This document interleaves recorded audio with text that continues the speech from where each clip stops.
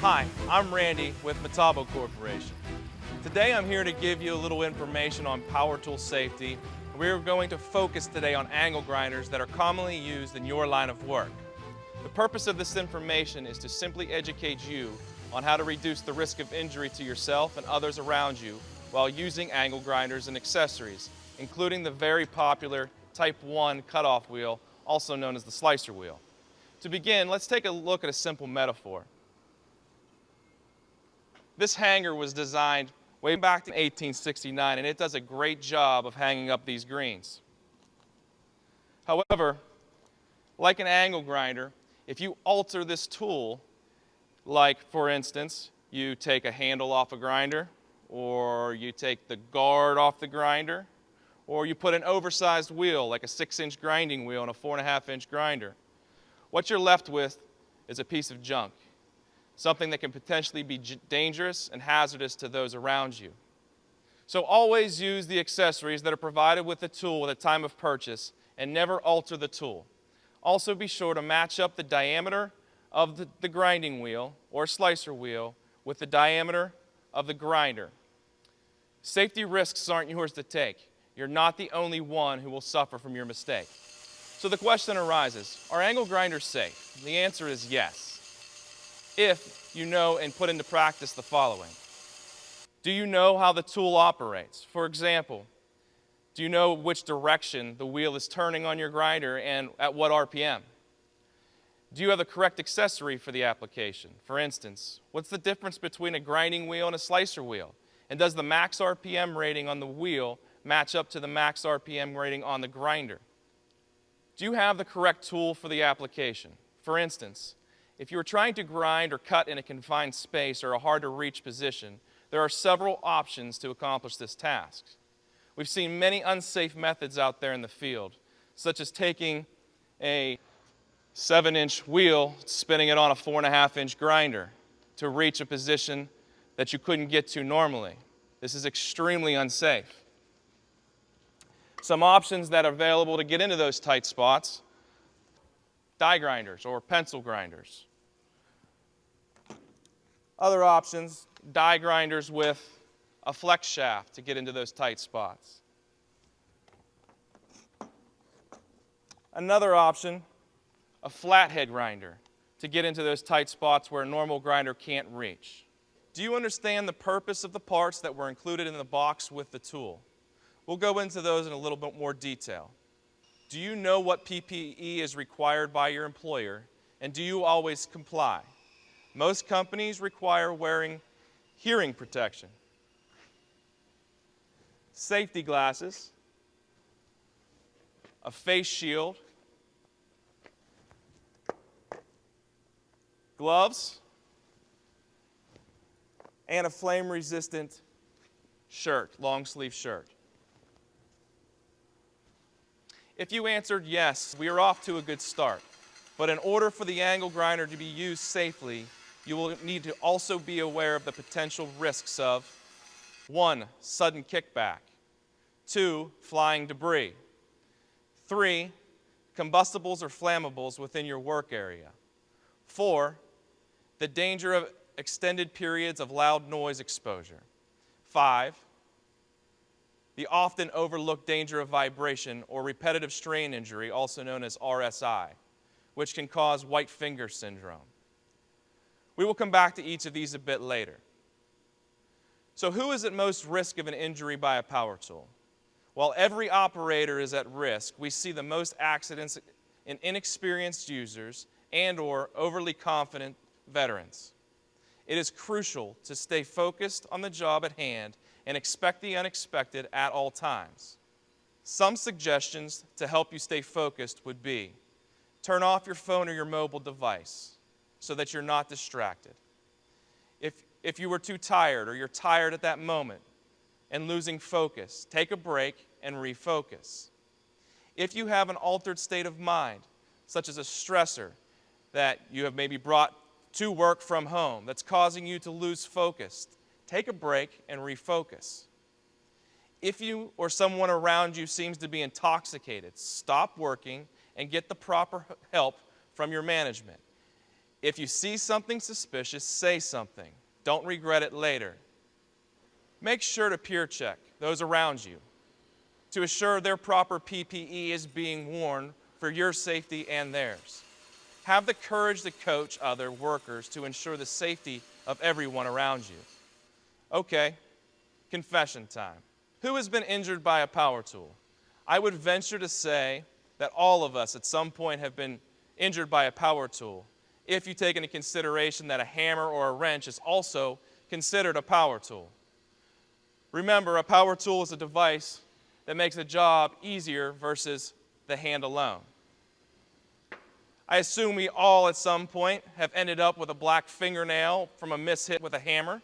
What was the reason for that mishit? Why couldn't you get your hand out of the way? If you guessed reaction time, you are correct.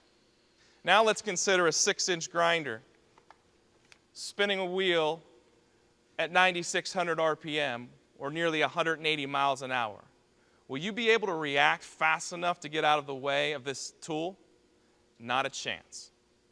The good news is, with the modern day power tools of some manufacturers, we've designed the corded and cordless angle grinders to help you manage and keep control of the tool, as well as deflect abrasive debris away from you and others around you, if you understand the complete system and follow some simple rules. We'll begin with one of the most common hazards referred to as kickback. Kickback from a power tool is a result of simple physics.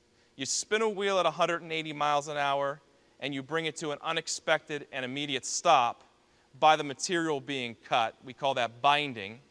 And the law of equal and opposite reaction will cause that tool to kick back at that same 180 miles an hour.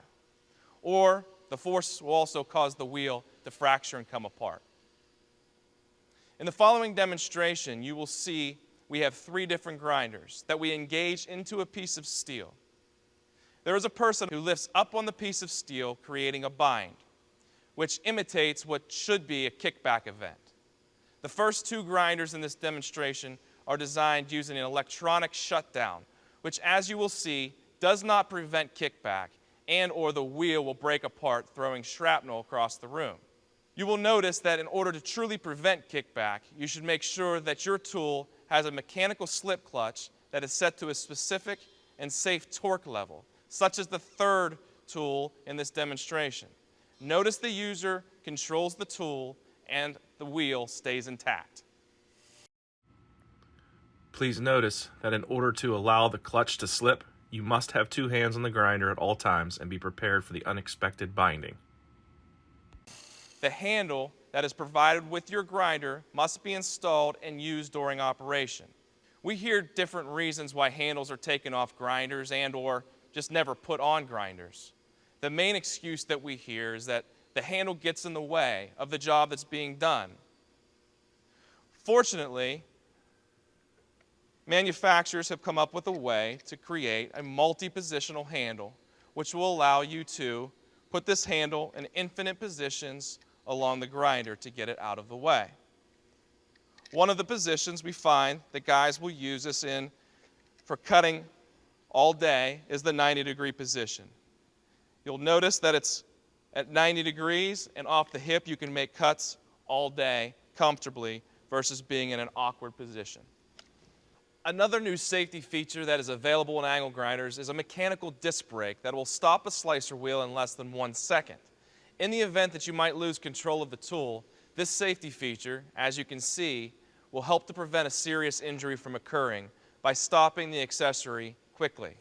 If, after using an angle grinder for a period of time, you might feel a tingling in your arms and hands, over a period of time, this can cause permanent nerve damage, which is referred to as repetitive motion injury, or RMI. Over time, hand-arm vibration syndrome, or HAVS, also known as Raynaud's syndrome, can develop, which is a permanent and potentially debilitating disease where blood flow is restricted to your fingers and your arms, which can cause pain and numbness.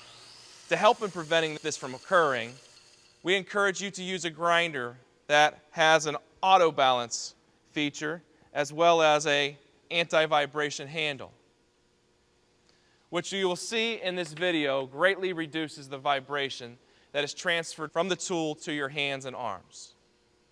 When you are changing accessories on your grinder, it is important that you remember to either unplug or, if it's cordless, disengage the battery from the tool so that the tool does not unexpectedly get turned on while your hand and or other body parts are most vulnerable.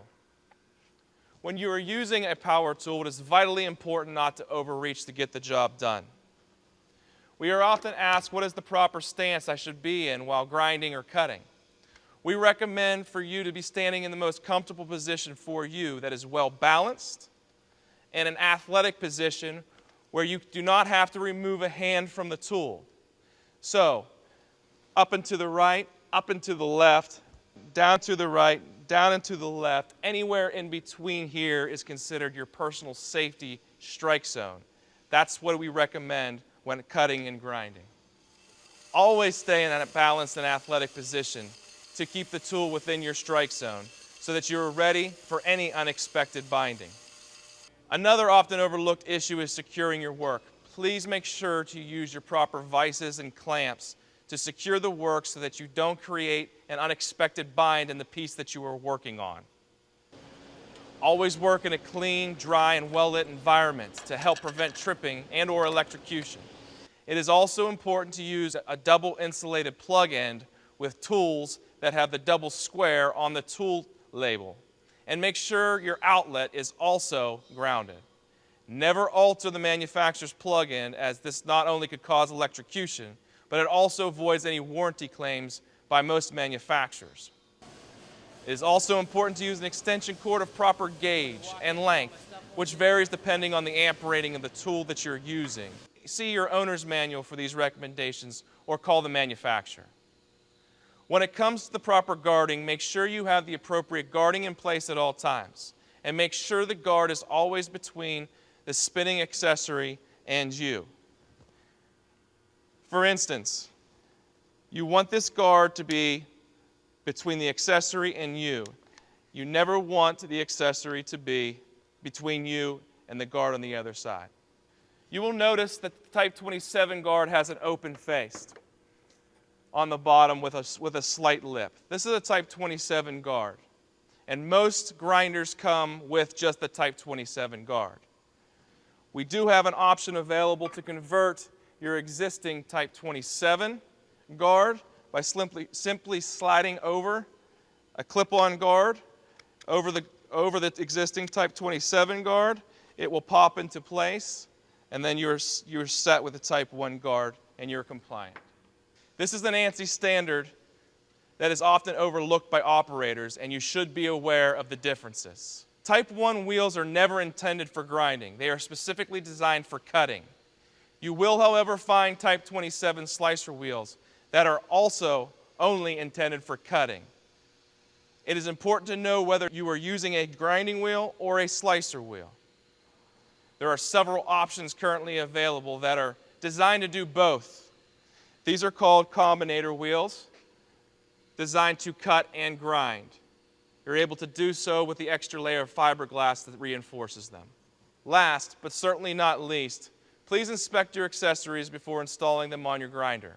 A simple crack in a grinding wheel or a slicer wheel can send shrapnel flying across the room before you are even aware something has gone wrong. We recommend that after visually inspecting your wheel, that you run it at no load, down and away from yourself and other users for a period of 60 seconds to test the wheel. If you feel the wheel has any kind of crazy vibration, it may be time to get a new wheel, request a new wheel, and discard that wheel that is vibrating excessively. In closing, remember to follow your company's safety management rules and always remember to expect the unexpected while using these tools. By following some of these simple rules we went over today, you will greatly reduce the risk of injury to yourself and the others around you. Thank you for your time, and remember to always work safe.